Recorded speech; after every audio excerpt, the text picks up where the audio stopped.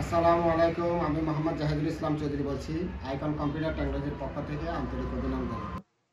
আমরা প্রথম পর্ব শেষ করে মাইক্রোসফট এক্সেলের পরিচিতির দ্বিতীয় পর্বে শুরু করতে যাচ্ছি। তা আমরা মাইক্রোসফট এক্সেলে যাওয়ার জন্য এখানে স্টার্টে যাব। স্টার্টে গিয়ে আমরা মাইক্রোসফট অফিস এখানে ক্লিক করব, মাইক্রোসফট এক্সেলে যাব। এক্সেলে গেলে আমরা এই এক্সেলের এই উইন্ডোটা দেখতে পাবো। এখানে আমরা মাইক্রোসফট এক্সেলে যদি ক্লোজ বাটনে ক্লিক করি এখানে কিন্তু ক্লোজ হয়ে যাবে। ঠিক তদ্রূপভাবে আমি যদি আবার এখানে এটা ম্যাক্সিমাইজ করি, এটা ম্যাক্সিমাইজ হয়ে যাবে। আবার এখানে যদি মিনিমাইজে ক্লিক করি মিনিমাইজ হয়ে যাবে।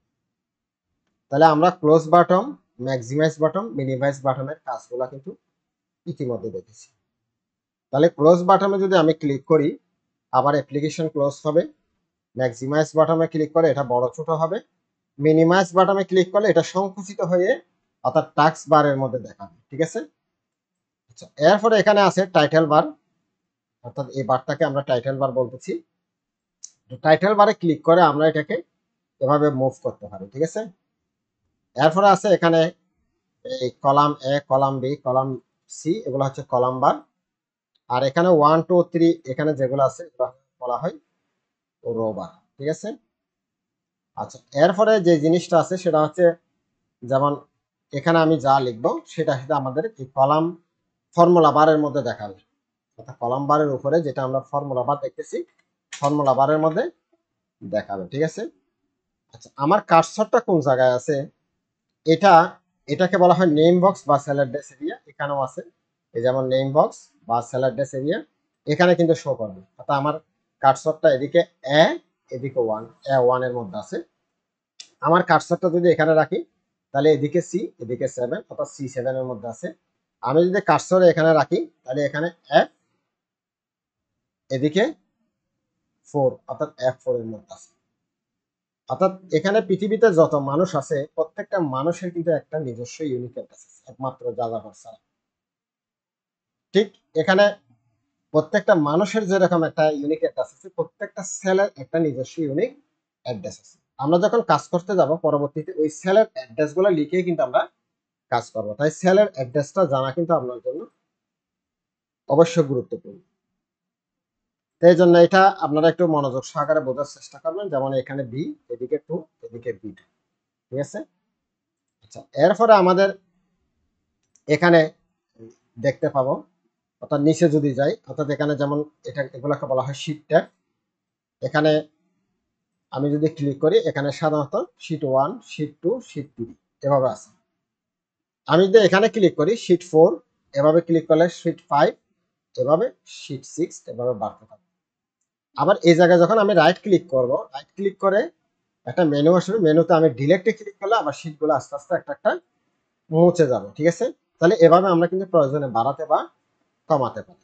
শিট বলতে অর্থাৎ পুরাটা হচ্ছে আমার ওয়ার্ক বুক বললে অথবা এটাকে স্পিড শিট বলে, তার প্রতিটা পেজকে আমরা বলবো ওয়ার্কশিট। ঠিক আছে। আচ্ছা, এই বিষয়গুলো আমরা গত ক্লাসে আমরা আলোচনা করেছি। এর মধ্যে আমরা যে বিষয়গুলো আলোচনা করবো সেটা হচ্ছে যেমন এদিকে আছে আপনার এটাকে বলা হয় হরিজেন্টাল স্কল, ভার্টিক্যাল স্কল বার, অর্থাৎ খাড়া ভাবে যেটা আছে। আর এদিকে যেটা আছে এটাকে বলা হয় হরিজেন্টাল স্কল বার, অর্থাৎ আনুভূমিক ভাবে যেটা আছে। ঠিক আছে।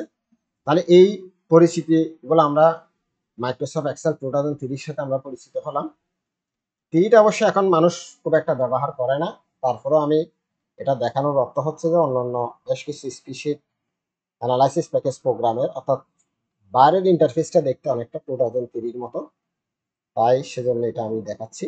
এখন এটা খুব একটা বর্তমানে ব্যবহার হয় না। 2010 এর মধ্যে দেখলেও প্রায় কাছাকাছি। যেমন এই জিনিসগুলা এই যে কিছুক্ষণ আগে দেখলাম, এখানে একটা জিনিস আসে, এটাকে যেমন এখানে কতগুলো ট্যাব আছে, যেমন হোম, এখানে ইনসার্ট, যেগুলোকে আমরা এখানে রিবন বলতেছি আর কি। এই জিনিসগুলো আপনারা একটু দেখবেন। তো এখানে যদি আমরা দেখি অর্থাৎ এক্সেল 2019 এর মধ্যে প্রায় কাছাকাছি, যেমন এখানে এই যে টাইটেল বার আছে, তারপরে আপনার কলাম বার, রো বার এগুলো আছে, যেমন এখানে কলাম বার আছে, রো বার আছে। তারপরে এখানে ফর্মুলা বার আছে, হ্যাঁ, নেম বক্স বা স্যালাড সেরি আছে, সবকিছু তো আছে ধরতে গেলে। ওই হয়তো কালারটা একটু ডিফারেন্স মনে হচ্ছে। এর পরবর্তী যে লেটেস্ট যে ভার্সনটা, এটাও দেখতে প্রায় কাছাকাছি। তো যা হোক, আমরা যেটাই করি না কেন কাজ, আমাদের সবগুলোর কিন্তু নিয়মগুলো প্রায় একই। তো আমরা যদি এখানে মাইক্রোসফট এক্সেল এর পরে আমরা যদি গুগল শিট একটু দেখি, গুগল শিট দেখতে অনেকটা এরকম, ঠিক আছে। তো আমরা যদি গুগল থেকে একটু গুগল শিটটা দেখি, তাহলে হয়তো আপনার কাছে জিনিসটা আরো ক্লিয়ার মনে ভালো লাগবে। এখানে গুগলে ক্লিক করব। গুগলে ক্লিক করে আমি জাস্ট এখানে কিছু করব না, এখানে গুগলে গুগল শিটটা লিখব। গুগল শিট লেখার পরে জাস্ট এখানে গুগল শিট অনলাইন স্প্রেডশিট এই ধরনের একটা লিঙ্ক আমি দেখতে পাবো। এখানে ক্লিক করলে আমার এই গুগলের অফিসিয়াল যে ওয়েবসাইট আছে, ওয়েবসাইটে আমরা চলে যাব। এখান থেকে আমি সাইন ইনে ক্লিক করে, এটা অলরেডি সাইন ইন করা আছে সেজন্য খুলতেছে। আচ্ছা, এখানে যদি আমি ব্ল্যাঙ্ক শিটে যদি ক্লিক করি, আমি গুগল শিটটা দেখতে পাচ্ছি। তো এটাতে কাজ করা আর এক্সেলে কাজ করার মধ্যে তেমন পার্থক্য মনে হয় না। এখানে যেমন আমি 20 লিখলাম, এখানে 10 লিখলাম। তো আমি যদি এটা এখন যদি যোগ করি, তাহলে ইকুয়াল টু সাম দিলাম, ফার্স্ট ব্র্যাকেট, এখানে ক্লিক করলাম, তারপরে যোগ, এটাতে ক্লিক করলাম। তো এখানে দেখি কাজ করাতে একই, ঠিক না? আর এরপরে যদি আপনাদের কারো এটা নিয়ে কাজ করতে কোনো অসুবিধা হয় বা আপনাদের কোনো সমস্যা হয়, অবশ্যই আমাকে জানাবেন, আমি আপনাদেরকে সহযোগিতা করব। তো এখানে আমরা এক্সেলে যদি কাজ করতে যাই আর গুগল শিটে কাজ করতে যাই, তো দুইটাই প্রায় সেম, জাস্ট ফর্মুলাগুলো আপনারা একটু শিখবেন। পরবর্তী ক্লাসে আমরা এগুলো বিস্তারিত আলোচনা করব। আমার ভিডিওটা যদি আপনাদের ভালো লেগে থাকে অবশ্যই লাইক কমেন্ট শেয়ার করুন। আপনি কমেন্টসে জানান কোথায় আপনি বুঝতে পারেন নাই, আমি অবশ্যই আপনাকে আরেকটি ভিডিও দিয়ে আপনাদেরকে সহযোগিতা করবো ইনশাআল্লাহ। আমার পরবর্তী ভিডিও পাওয়ার জন্য আমার চ্যানেলটি সাবস্ক্রাইব করে রাখুন, পাশে থাকা বেল বাটনে ক্লিক করুন। সবাইকে সবার শুভেচ্ছা কামনা করে বিদায় নিচ্ছি। সবাইকে ধন্যবাদ। আসসালামু আলাইকুম।